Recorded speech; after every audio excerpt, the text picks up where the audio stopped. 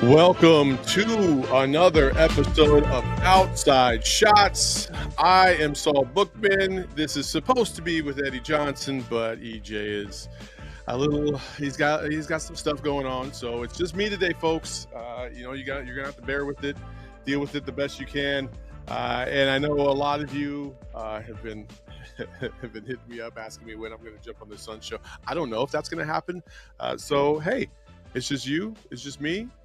Let's just talk. Let's vibe out and let's talk about the disastrous team that is the Phoenix Suns, unfortunately, and where they're going to go from here. I will say this. I think when I look at this Phoenix Suns team, sorry, I'm trying to pull up the comments.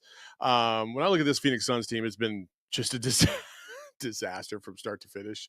And we're going to go a variety of different ways today. And I want to make sure that it is clear that there is a path to be able to fix some of the problems, not all of the problems that the Phoenix Suns have.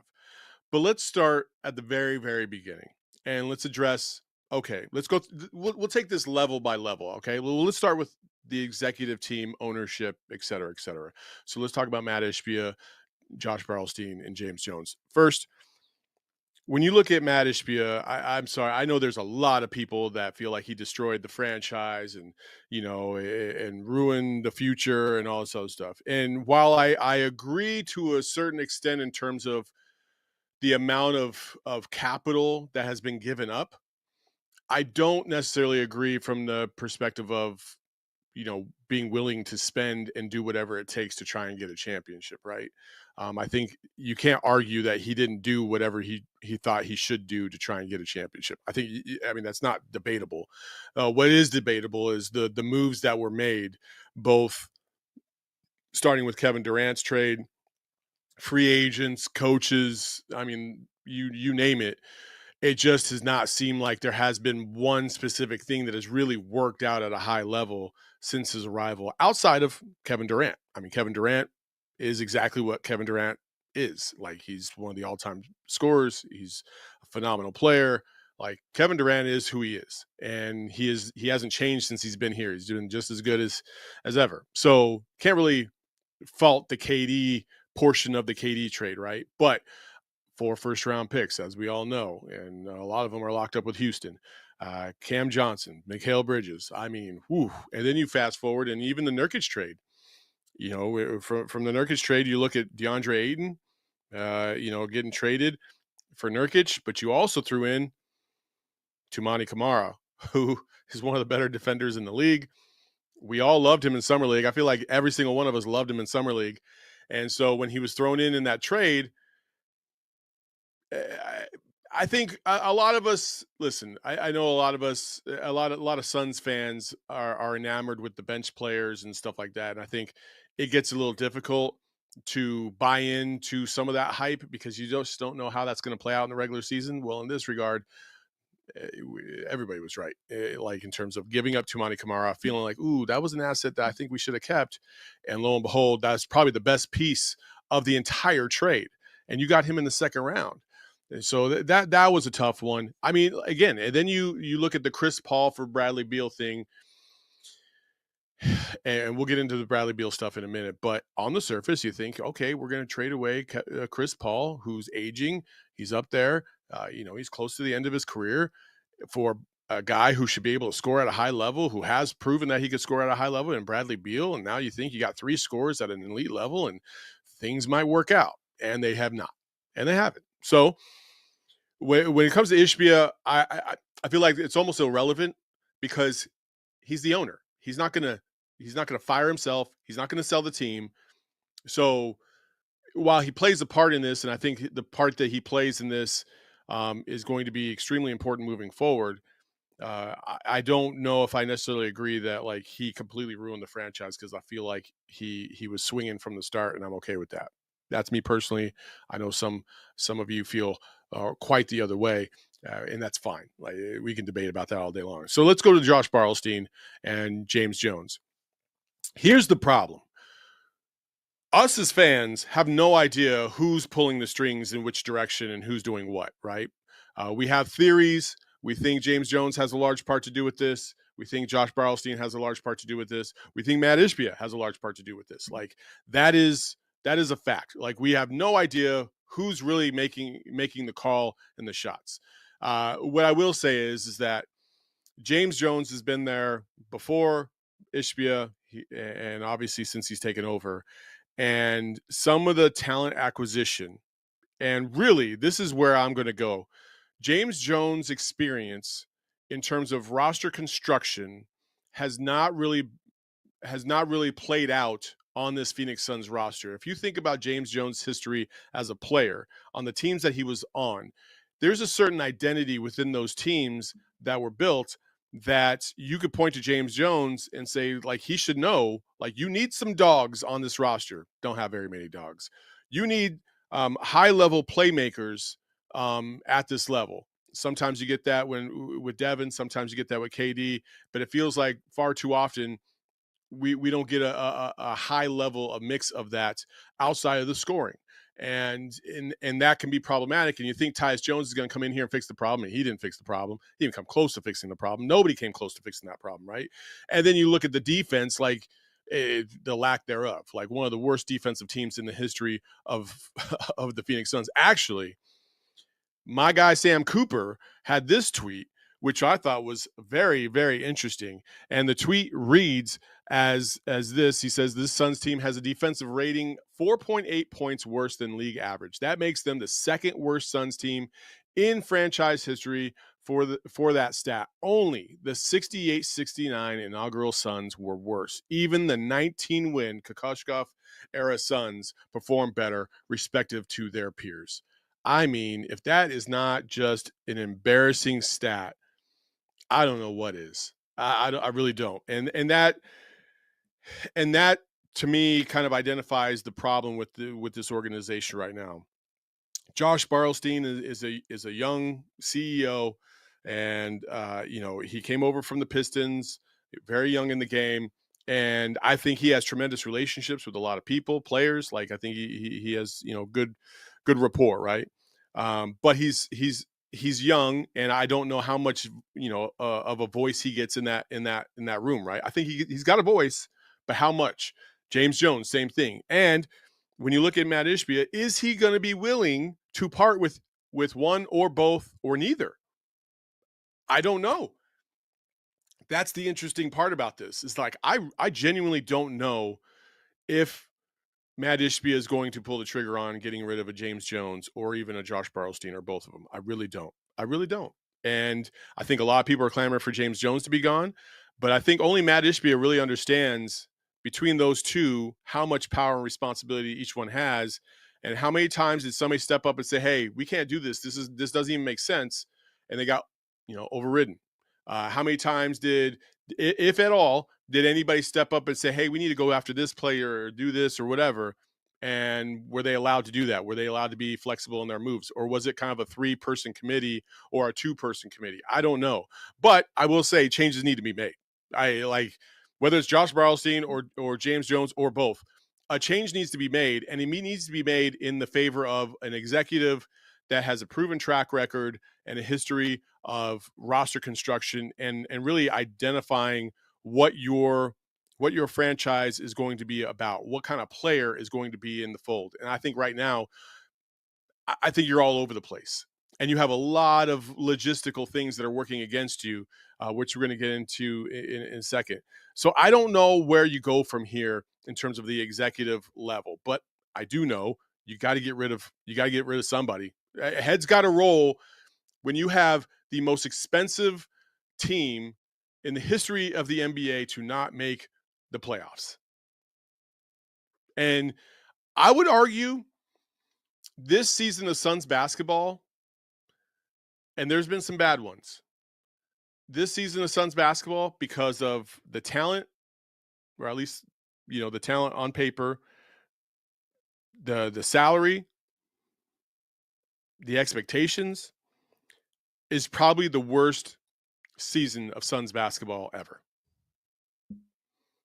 I I don't know how you start off the season with these uber high expectations, and not only do you fall short, you fall so woefully short that you're not even in the picture. You're not even in the picture anymore, and that is just it's head scratching with the talent that this team should have been able to roll out there and perform at a high level. We got a couple super chats, and I want to make sure I get to them because I am going to, because I want to make sure I want to get to these because I always forget. So first one's from Brian Abdallah. Can I have some PHNX gear if I dunk on you on an 8-foot hoop? If not, can Eddie be my water boy? Love you, Saul. First of all, nobody's dunking on me on an 8-foot hoop. That's just not happening. So, but yeah, if you dunk on me, I'll give you all the PHNX gear you want, buddy. Appreciate the super chat though. And then Psycho Blue, a $10 super chat. He says, B-Ball Cthulhu's only concern about hiring an experienced GM is that there's a risk that they're a dinosaur in a rapidly changing NBA landscape with the rule changes and new cap limitations. Hey, I hear you. I see what you're talking about, Psycho Blue. This is what I would say. The problem with hiring your last two head coaches in Frank Vogel and in Coach Bud, is that I feel like they represent exactly what you don't want from the GM spot right here, right? Kind of some aging dinosaurs, if you will. They've been in the game, but have they been able to adapt? Have they been able to identify ways that the game is changing so much to be able to take advantage of certain things? Like, I would argue probably not those two, at least not the level that you needed to when you're talking about championship expectations. So, so whatever GM you bring in, they have to have, like, in your conversations with them, they've got to make you feel like, okay, yeah, we're cooking with grease. We know exactly how we want to build this. We see what the trends are in the NBA, where we're trying to go, and we're going to try and identify things that are going to be a little bit of a wrinkle to that kind of style of play to create our own identity. Right? Every team has a little bit of a wrinkle that kind of builds their identity, right? And I think the Suns, think about it. You look back at Mike D'Antoni when he came in. That 7 seconds or less, that wasn't really happening around the league, and now it's happening everywhere. And so it was the style of the game was moving, and D'Antoni basically tried to push it into another era, which he did. And now all we see is like 3-point barrages every single night for whatever reason. So it was that wrinkle, that little offshoot of style of play that changed the game, that changed the perspective of this franchise, and it made it fun to watch those games. This iteration of the Suns, I don't know what they are. I don't know what they are. And I don't think any of us know what they are. There's been times where they've played solid defense. There's been times when they've looked like they are barely even on the court defensively. There's been times when they can shoot at a high clip. There's been times when they can't throw a rock in the ocean. Like, they've been all over the place. Defensively, they have no identity whatsoever. And to me, that's a lack of leadership as well, not only from the coach, but also from amongst the players, which we're gonna talk about. So if I was the Suns, let's say I was Matt Ishbia and I got a chance to make moves, yeah, I'd clean house. I'd clean house, and I would clean house. But before I did so, I would identify who I think the next executive or GM should be to come in, president of basketball operations, whatever you want to call them, and feel pretty good. And then I think I'd identify. I think I would move on from James Jones. I know that I would move on from James Jones. And then I would identify whether or not Josh Bartelstein was of value to the franchise or not, and basically attach him to somebody that would be a pseudo mentor. That's what I would do. Let's just say in whatever world we got a Bob Myers in here, right? Bob Myers basically is grooming Josh Bartelstein to be the very best GM possible while they try to maneuver the pieces of this franchise and get everybody back on board. So that's what I would do. All right, that's where I would start, and then I would replace Coach Bud. 1,000,000%. Like, I think that's a no-brainer. Yeah, it'll be the third year in a row where you're replacing your coach, and you will be paying two coaches essentially a salary for the next 4 or 5 years. And yeah, that sucks, but it is what it is when you make that kind of egregious mistake for the second time in a row. You basically pick the same coach except on the other side of the ball. And I would argue Frank Vogel was a way better coach than Coach Bud, and I don't think that's really even a discussion. It's crazy. It's wild. Um, so I think that's where I would start, and then I'd replace. Listen, I know a lot of people might be like, "Ooh, Taylor Jenkins, maybe, or somebody like that, or Mike Malone, or anything like that." Again, you're kind of going back to the same thing, right? Not necessarily with Taylor Jenkins because he's a younger kind of guy, but there's got to be a reason why things don't work and things don't fit in some cities. And I'm not saying that the Grizzlies have it all figured out. That's why they moved on. And I would trust them, their decision making process. I'm not saying that. Same thing with the Nuggets. But I will say this there's a lot of disgruntledness up in Denver. And I think, in my impression, Mike Malone is still, you know, valued as a head coach. I don't know if I want to go down that road again, though, with another kind of retread. I think I want somebody, I want a little bit of some outside the box thinking, somebody that's going to have a plan of attack on how to fix the problems that ail this franchise with the pieces that they might have in tow. And let's talk about those pieces. But first, before we talk about those pieces, let's talk about some of our lovely sponsors. Well, folks, as you all know, Branded Bills is one of the best hats in the game. You got to check them out. If you have not checked out Branded Bills, you are missing out on some of the best apparel you could possibly get your hands on.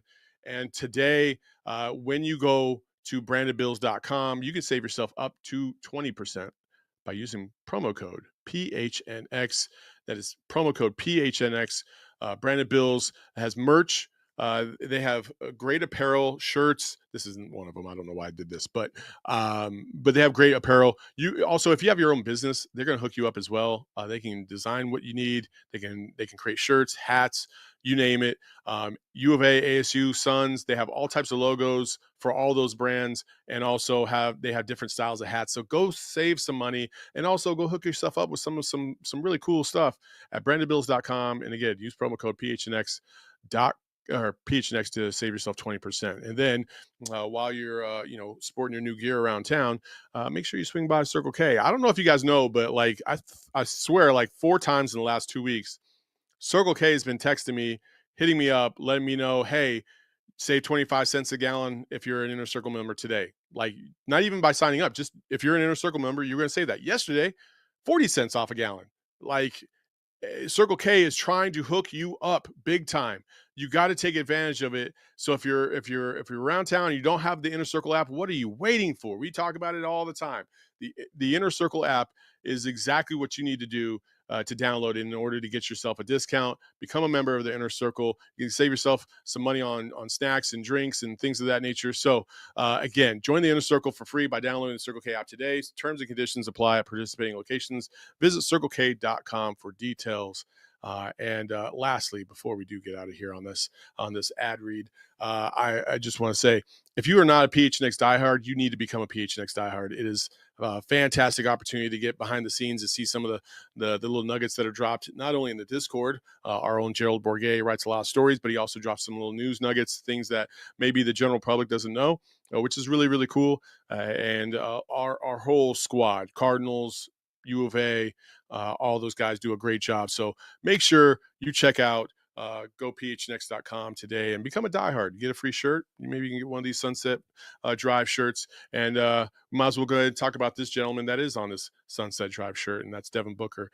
And Devin, listen, I everybody's wondering, okay, KD trade, who else might be on the hook? To me, I think everybody's on the hook, and maybe it's controversial or not, but I don't know how you could sit here as a franchise and basically strip the whole thing bare outside of Devin Booker and think that you might get enough assets to be able to preserve and build quickly around Devin Booker. I don't know if you could do that. Now, if you trade Kevin Durant and you can get a significant haul for him, then that probably changes the equation to a degree. But can they? I don't know if they can. I don't know if they'll be able to. I don't know what kind of pieces they're going to get on the open market, and a lot of it's going to depend on how the playoffs play out. So I personally, I think you would trade Kevin Durant first, find out what you can get, and listen. None of this is Kevin Durant's fault. None of this is. I'm not saying that. I'm just saying like stuff didn't work this year, so you have to change things up. And Kevin Durant's a movable piece, and I'm not even saying that Devin Booker isn't a movable piece. I will say that. Like that's what I'm saying is like if you can't get a significant haul for KD, you might have to look at possibly trading Devin Booker because you need assets and you need resources like crazy right now when you're in the second apron, when you are up against it cap wise, when you have no draft capital whatsoever, you need to be able to replenish your stock. And so if Devin doing that with Devin Booker is a necessity, but it can get you quicker back to where you want to go, then you have to explore it. I again like that's my opinion. I don't want to get rid of Devin Booker. I don't want to get rid of KD, but it isn't working. And we already know Bradley Beal needs to go. Like, I love Bradley Beal. I think he's a great dude. He's got to go. You can't be apathetic in the NBA. If you're apathetic in the NBA, then you're going to find yourself on the way out. And that's exactly what it's going to be. And that's I don't like what I've seen body language wise and complacency wise from Bradley Beal. I will say that. You can't laugh and smile when you're getting your crap kicked in. Like you just can't. And I think that's what makes everybody so upset is that it looks like there's not a care in the world sometimes. And that's just not cool. Like we all care. Why don't you care? You're a player. You're out there. You should be sacrificing everything, putting it all out there. And this is what we're getting. This is what we're getting. No, man, especially not for that salary. That's just what it is. And that comes with an inherent expectation that you're going to play at a premier level. And yeah, you can look at numbers and be like, okay, he's a efficient shooter and stuff like that. And I'm sure my guy EJ would have said that, but I don't give a damn. If you're not on the court because you're hurt, and even when you're out there, you're making minimal impact. What are we doing? What are we doing for $50 million? No. So I think the Suns are going to have to either negotiate some type of buyout and then stretch and waive that buyout, or they're just going to have to waive him, stretch him. But he can't be a member of the Phoenix Suns next year. Not with this fan base.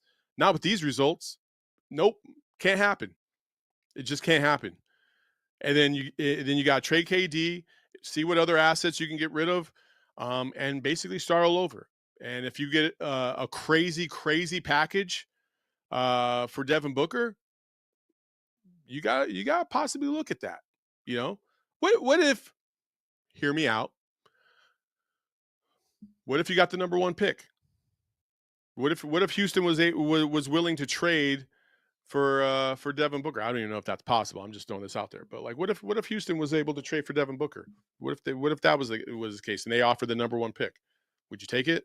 Would you take Cooper Flag and rebuild around Cooper Flag, or do you want to just stick with the homie? And listen, major props to Devin for never asking out, never wanting to leave. And, he's obviously one of the best Suns in franchise history, if not the best. But again, like, which do you value more? Do you value the player or the team?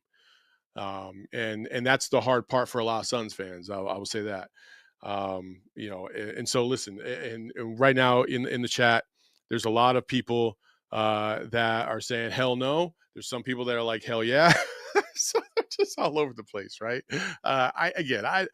I think Devin Booker's an amazing player. I'm not saying you should trade him. Like you have to trade him. I'm just saying that like you have to look at what resources you have, and if you think and you identify that you're getting this offer from X team and this offer is so significant, like Herschel Walker traded to the Dallas Cowboys traded away from the Dallas Cowboys to the Minnesota Vikings significant. For those of you who don't know, Herschel Walker used to play for the Cowboys, got traded to the Minnesota Vikings for a haul of first-round picks, and those first-round picks ended up being Troy Aikman, Emmitt Smith, and Michael Irvin. That kind of haul where you get a major return and you can kind of rebuild, but you're basically right back in it. Why not? I think that's what I would like to see. So again, I think there's just so many things that have to be decided between here and the end of the offseason. And it's going to be toxic. Tonight's game against the Spurs isn't going to be pretty. Who knows if Kevin Durant, Devin Booker, Bradley Beal are even going to play. I wouldn't play them. There's no point. I'd rather save them and go there. Hello says, don't worry, I can fix this in 2K. I mean, we all can. I just create a player. There you go. So that's the kind of thing that I would be curious about is what kind of offers are you going to get for Kevin Durant? What kind of offers are you going to get for Devin Booker? I think you listen to everything. No matter what, you got to listen to everything because you've already screwed the pooch now. Like this is an embarrassment of a franchise at this moment, right? It was something that you can't recover from if you just try to run it back. If the Suns come back with Kevin Durant and Devin Booker and just think everything's magically going to take care of itself because you got a new coach, I'm here to tell you that's not going to happen. I don't care who the coach is. So how do you rectify this entire season and get everything back on track as fast as possible? You look at all your options. You get an executive in here that is going to be able to identify the strengths, the weaknesses, what's going on behind the scenes, what's the vibe in the building, where are we going? And that's the thing that kind of confounds me a little bit is that Matt Ishbia's ownership group has always talked about the culture, the feel of and the vibe of the environment that they want to put into place. And it just feels like the Phoenix Suns on the court are a misrepresentation of what he said he would like in that building, right? People that are thirsty, that are thirsty to work hard, people that really want to build a positive, fun culture, and build an environment that everybody looks forward to coming to work in. Does it not seem like the Phoenix Suns, the players, aren't having the greatest time coming to work anymore? And it feels like it's been like that all season long. It's really, really tough. Brian Abdallah with a super chat says, "How do we keep Book and actually contend soon?" Again, it's just all going to depend on the Kevin Durant package that you could possibly get. I don't know because you're not going to get a package for Bradley Beal. You'd be lucky to get a bag of chips for Bradley Beal right now. So it's largely going to depend on that. So I don't know if you can. I don't know if you're going to get a significant haul enough. Now, what you hope for is some of these Western Conference contenders that a lot of people are clamoring for to win a title, they come up just a little bit short. Like if the Warriors won the NBA championship, that would actually be like one of the best things. Or maybe the Lakers, because then Houston, OKC, Minnesota would all be desperate to try and get one more piece added to the mix. And I think if it was one of those three teams that don't win the championship or at least get to the finals, I think they would try to pull the trigger. That's what you're hoping for. You need those three teams to not make the West, at the minimum, the Western Conference Finals. You sure don't want them to make the finals. That's what I would say. Psycho Blue with a super chat. It says, quote, our Houston pick this year is a pick swap with OKC. So, yeah, there you go. Anyway, listen, folks.